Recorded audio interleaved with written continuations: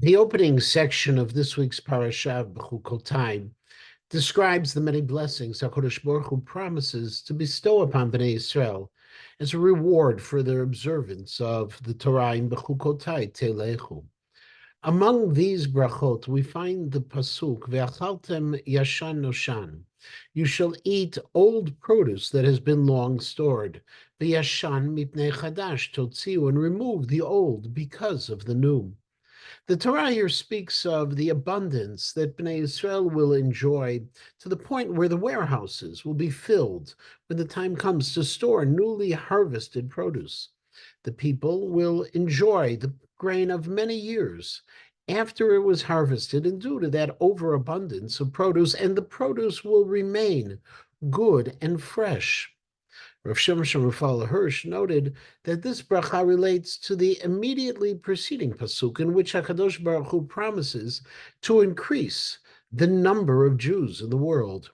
Here the Torah emphasizes that despite the steady population growth, there won't be any shortages of food or other resources, and that the increase in growth will be accompanied by a corresponding increase in agricultural production.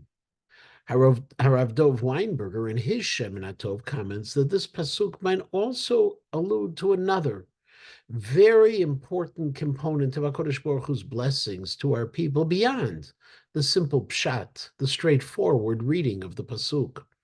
The consumption of older produce reflects not only an overabundance of food, but also our ability to overcome the instinctive preference for what is always new and fresh. There's a natural tendency to constantly go for the new things and to look down upon the old.